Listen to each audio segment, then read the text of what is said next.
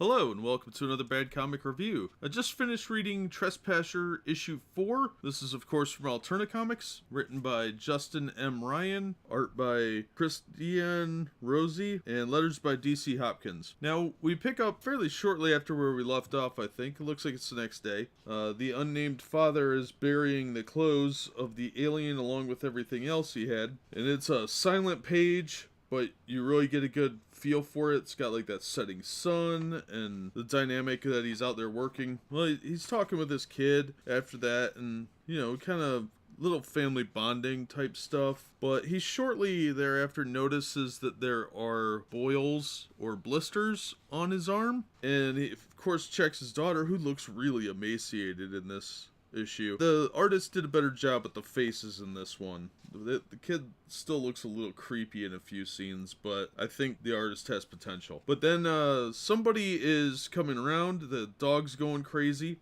acting weird all day, and the dad sends the girl to her room to lock herself in, and we get these great shots, these creepy shadows and silhouettes as the dad is out and the girl's in her room. There's a really good one where the dad's heading back and he collapses, and the girl goes out to help him, sees that he's got even more of these boils on him, and we get the shot of a gray alien hiding out on the edge of the woods mixed in with the trees. It's a beautiful shot, really well done. But they hurry back into the house. The dad is obviously sick, and the girl's really scared and worried, and she sees someone at the door. There's a knocking, and the gun goes off. She says she didn't mean to do it, drops the gun, frightened, and the dad goes out, and the issue ends with the bloody alien uniform that he had buried at the beginning of the issue, laying on some kind of symbol that's carved on the floor. Obviously, the aliens know what happened, and they're not happy about it, but it was a fast-paced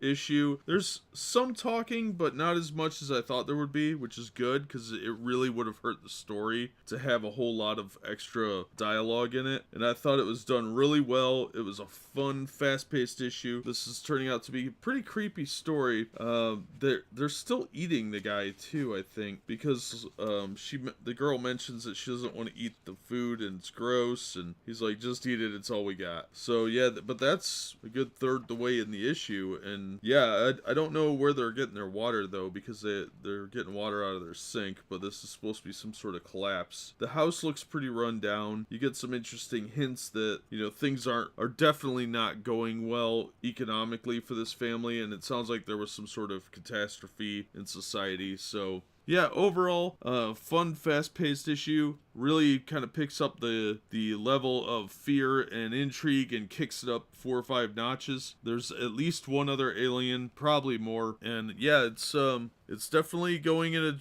pretty frightening direction. So this would make a pretty good movie from what I've seen so far. I'm hoping the payoff is as good as the first 2 issues, but we'll see how issue 3 is, and then issue 4. I'll try and do these probably tomorrow. I'll do issue 3, but yeah, I really recommend this. Alterna Comics has really done some great stuff. I'm really impressed with their books, especially at the price point. You can't really beat $1.50, and honestly, it's better than a lot of stuff that I've seen in the last 10 years from some of the main companies. So yeah, that'll do it for this one. As always, thanks for listening, and we hope to see you on the next episode.